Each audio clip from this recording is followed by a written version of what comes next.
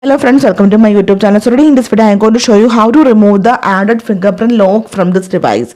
So in this device I already set one fingerprint lock. You can say just tap on this one.